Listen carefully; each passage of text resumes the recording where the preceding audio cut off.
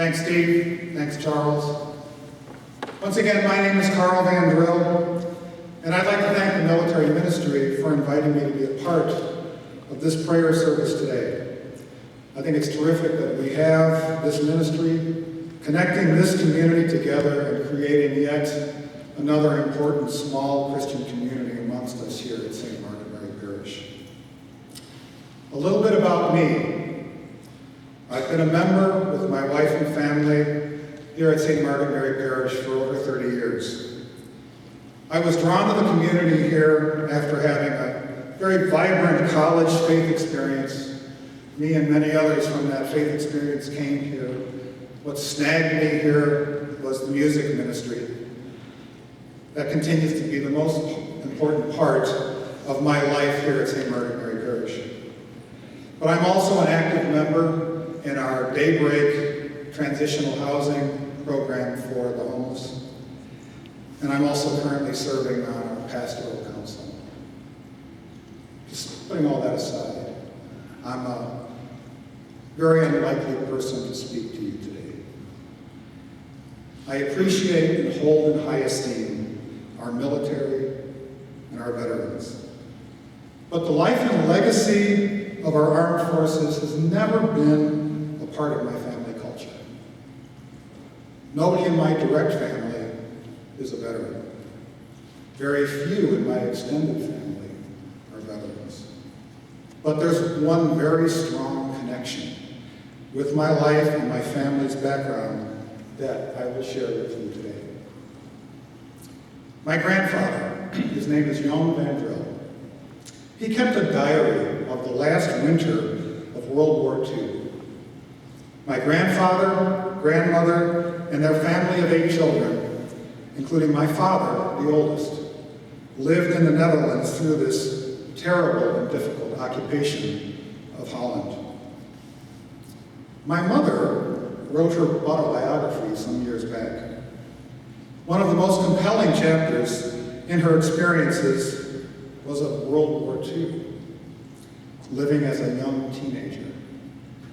Today, I hope to convey to you their firsthand experiences of a very tragic, but also a very triumphant time. It is an indirect and powerful thank you to those who fought that terrible war and profoundly impacted the lives of people for the better. For it did happen in the Netherlands during World War II. My mom, Carolina, and dad, William, were young teenagers through the war. They immigrated to the United States in the mid-1950s. I and my siblings were all born and raised here in the United States. But we grew up with a very strong connection to our Dutch heritage. The stories of my parents' early lives in Holland were a key part of my upbringing. And the ones that came to life most vividly were of the war and their struggles during the enemy occupation. My mother lived in the city of Haarlem. This is just west of Amsterdam. She was an only child living with her widowed mother. My father's family lived just south of there, in the part of Holland where all the tulips, beautiful tulips, are grown today, in the village of Dril. The Nazis invaded the lowlands of Europe, the Netherlands, Belgium, and Luxembourg, as well as France in 1940, after their domination of Poland in 1939. The battle of the domination of Holland was short, lasting only 4 days, until the Dutch surrendered. We start with my mother's writings of the Nazi invasion. It was a beautiful sunny day when I woke up that morning, May 10th, 1940. Who would have guessed that this beautiful morning would turn into a nightmare?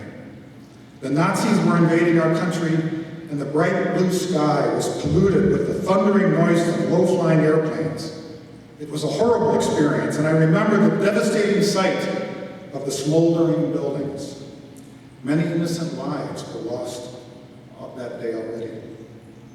Only 4 days later, the troops were parachuting into our beautiful country, and we now heard loud singing and and the marching of Ein, Zwei, Drei. That was the beginning of a time of horror. The regime was powerful, cruel, and dangerous. 6 million Jewish citizens were murdered in the Holocaust. That is 2 of every 3 Jewish citizens living in Europe at the time. The Holocaust is by far the most tragic of acts during World War II. My family witnessed much of the oppression towards the Jewish citizens. You may remember a book and movie in the 1970s, maybe some of us do. It's called The Hiding Place. It's the story of Corrie ten Boom and her family's efforts to hide Jewish citizens behind their jewelry shop. The tragic story took place across the street from where my mother went to school, though she knew nothing of this during the war. But here's some of what she wrote in her book. During the night, the Jewish citizens were abducted and transported like cattle in their final journey to concentration camps and eventually the gas chamber.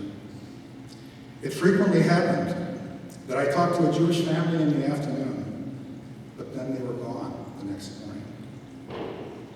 Our street was the thoroughfare to the train station. We witnessed many of the Jews being transported. I liked to play classical music on the piano and was forbidden to play Mendelssohn. After all, the composer was Jewish. My grandfather wrote, writing about the Jews and the deprivations they were subjected to, I could fill many more pages of how these poor people were being harassed and persecuted. At present, you don't see Jews outside in public anymore. Those who have gone into hiding have been picked up and transported to concentration camps. But that does not mean that they are not around. A good number of them are in hiding with patriotic and generous Dutch families. Only few have the guts to show up in public and risk being recognized as Jewish.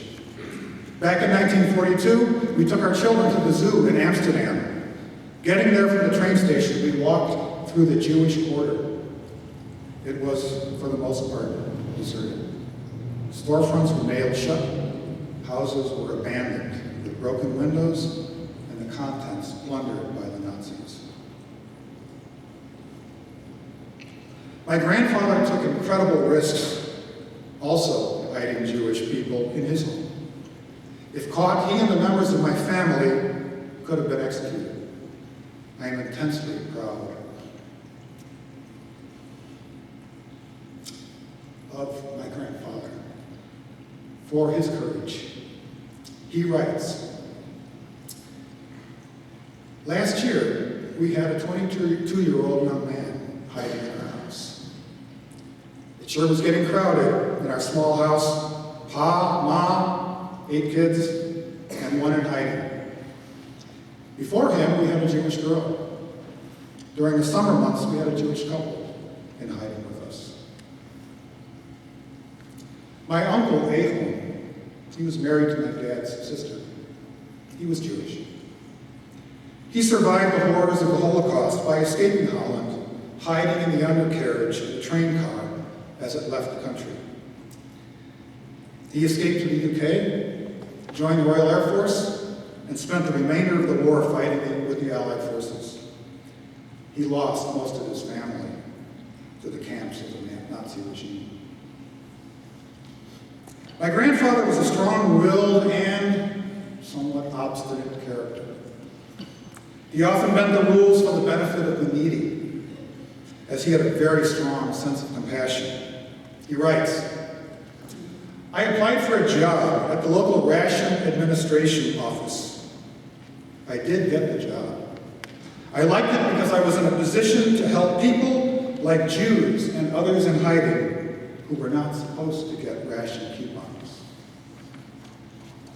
My Uncle Adolf added a commentary on this. He writes, Dad did get caught doing this, and he was fired by the office manager for fear of being held responsible by the Nazis. Dad also had connections with the members of the resistance movement. He was a source for the underground to get ration coupons for the people who were in hiding. So a few of the members of the underground paid this manager a visit, and they suggested rehiring young Van Dril if they understood what was best for their own well-being. Dad was immediately hired. Strong-arm tactics, but very effective, and of course, for a very good cause. The winter of 1944 and 45, the last of the war, was by far the hardest. The western sections of Holland were affected by a famine that killed 22,000 Dutch citizens from starvation. 4.5 million Dutch had to endure enormous hardship, scratching up anything to eat to survive. A German blockade cut off all food and fuel shipments from farm areas to punish the Dutch for their reluctance to aid the Nazis in the war effort. My mother writes, towards the end of 1944, the western cities of Holland where I lived were plagued with hunger. The only food distributed was 1 loaf of bread a week, no potatoes or anything else. My mother was undernourished, weighed only 100 pounds. We survived eating tulip bulbs and sugar beets. We cooked them in a very small stove, fueled with some very small tree branches. The soup kitchen had become popular. Once a day we would take a bowl to the soup kitchen. People were scraping the last bit out of the barrel. Many were exhausted and dying in the streets. My grandfather's diary held page after page of descriptions of lack of food, what they ate that day, activities to scratch together their next meal. Here are just a few excerpts. I just ate a half-rotten apple. It was the best thing we could get. In normal times, one would not even consider eating it. Day by day, the situation here is getting worse. We see people from the cities, Leiden, The Hague, Delft, in the bitter cold, going north on foot with all kinds of carts and buggies to get potatoes. Some people are so weak, they just drop dead on the side of the street. I heard of a woman who had left her child with perfect strangers because she could not feed him. He continues, I found leftovers that were destined for pig feed, which we ate. I can't help but hearing all these planes going overhead to bomb the enemy, to enjoy hearing all these planes going over to bomb the enemy cities. The terror of the SS is getting unbearable. We just have to hang in there and grind our teeth. People in the cities dying by the hundreds, even thousands, from hunger and deprivation. The Dutch took extraordinary steps to deal with that horrible winter. Here's what my mother and grandmother did. She writes, we had no electricity or gas, no heat. Water was rationed, and we were very hungry. My mother worried about her aged father and her brothers and sisters who lived in Utrecht. She suggested we pack up and walk there, an approximately 50-mile hike. We started our trip in early January 1945, taking only a loaf of bread. I wore wooden shoes to keep my feet warm and dry. It was cold and it began to snow. It became a miserable blizzard. We were the only souls on that lonely road that managed to keep our spirits. We reached the lovely town of Nijlert. We looked for the rectory of the church. A kind priest referred us to the home of a kind soul. We received a warm welcome, a delicious meal, and a comfortable bed to sleep in. After several days, we arrived at our family and were welcomed with tears, confusion, hugs, and questions. How did we manage to get there? The actions taken to get anything to eat were extraordinary. This is one of the most gruesome entries as told by my grandfather. One day we sent Bernie, that's our middle daughter, to town to find some bread. She came home without. She said, "Mom, there is no bread anywhere in town. But I saw this nice fat cat sitting in a window, so I grabbed it and rang it instead." The poor thing. An hour later, we had the cat's soul in heaven and body in the pot, and we dined on its remains. It tasted better than anything we have had for a long time. My mother had a similar story, celebrating the Feast of Christmas, 1944. She writes, "Today we appreciate the taste of some potatoes and bread. It returned my Christmas spirit, despite the emotional setback, to know that my pet rabbit was also part of our Christmas dinner."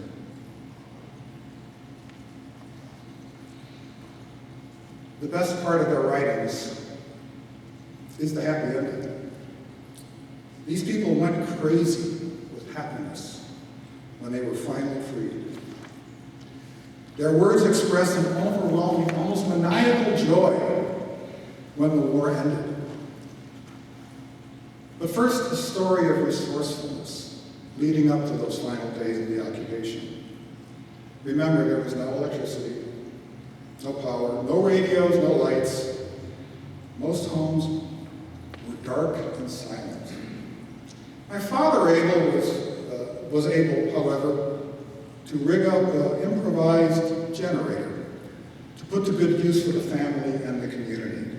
My grandfather writes, "Wim had plenty of free time, which he used to experiment with an old, obsolete ignition magneto," it's a generator sort, "that I had laying around.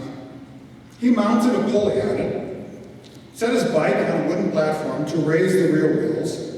He wrapped a leather belt around the rim of the wheel and pulley and managed, by pedaling, to drive the generator to an output of about 110 volts. This was enough to power the radio, which we had kept hidden from the Nazis. The radio went to the living room, and the power generator was up in the attic. We also found an old set of headphones, which were plugged into the radio set so that with a long extension cord leading to the attic, Wim could also listen to the news while pedaling." Picture that. My grandfather continues writing, "I felt that I should not be alone, profiting from this privileged position of having a radio. Therefore, I opened our house to a number of patriotic people and to the underground to keep them updated, listening to the BBC. Our house was filled with anxious people wanting to hear important news. 2 or 3 times a day, people came from the underground to listen, to hear coded messages and instructions from the BBC and the Allied command. Here's a reaction to some of the news heard on that radio. First, the news of Hitler's death. We are relieved like we have never experienced in life.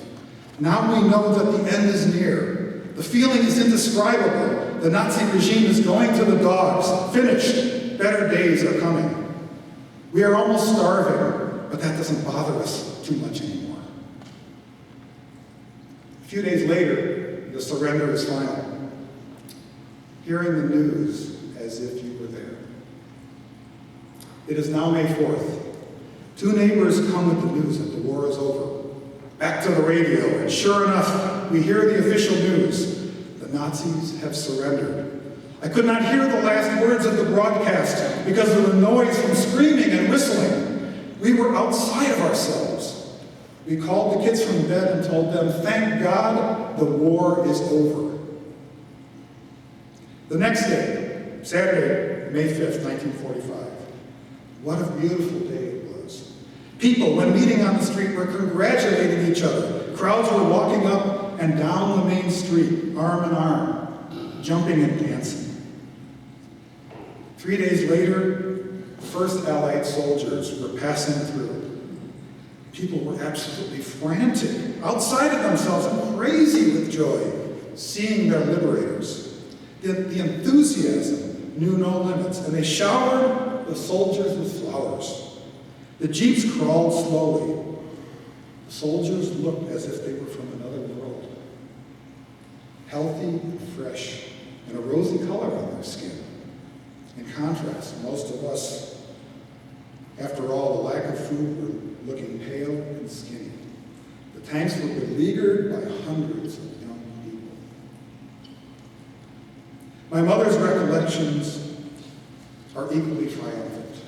She writes, "We are a celebrated nation." My mother's tobacco store was temporarily used to sell patriotic items, with the profits to be used to open a home for war victims. Flyers were spread all over the city, announcing the location and name of my mother's store. Our store had become too small to handle all the people coming from all over, singing and dancing in their joy of freedom. I played our national anthem on the piano and patriotic songs, and was joined by the singing crowd. My mother summed up the end of the war best. Now, 5 years after the deepest misery of suppression and terror, our tears are now tears of joy and feelings of thankfulness for being freed on this beautiful sunny day in May. We have received the most valuable gift a nation could possess: freedom. These writings of my family exemplify the suffering and pain, not just of this war, but any conflict where freedom is suppressed. They also represent the joy and celebration of freedom experienced by all as a result of those who fight for it. Their agony, frustration, suffering, and ultimately the exuberance of freedom just leap off the pages. To me, it is one of the most powerful testaments, and thanks to our armed forces, those who gave up their lives, and to our veterans. Reading the pages of these works makes the value of freedom and fighting for it just so crystal clear. These feelings have become intensely personal for me. My appreciation for the service and our veterans cannot be overstated. For you, have had an incredible impact on many lives, including those of my family. My mother and father, still alive today, they live in peace and in freedom in Allegan, Michigan. Most of my extended family is still in the Netherlands, and also some here in the United States. And they also live in peace and in freedom. We are lucky to have some of my beloved family here today. Let me introduce my mother, Carolina Van Dril, and my father, William Van Dril, who, by the way, can still ride a bike. Why don't you stand up?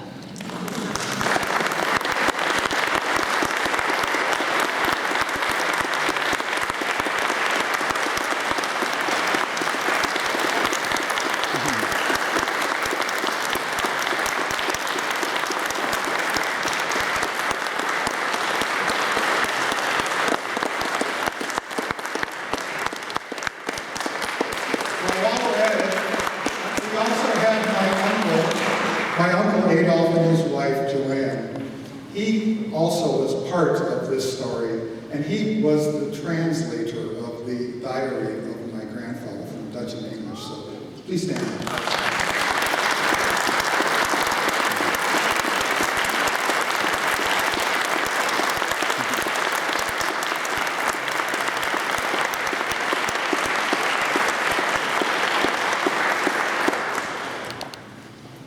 We honor our veterans today, but I also want to honor them.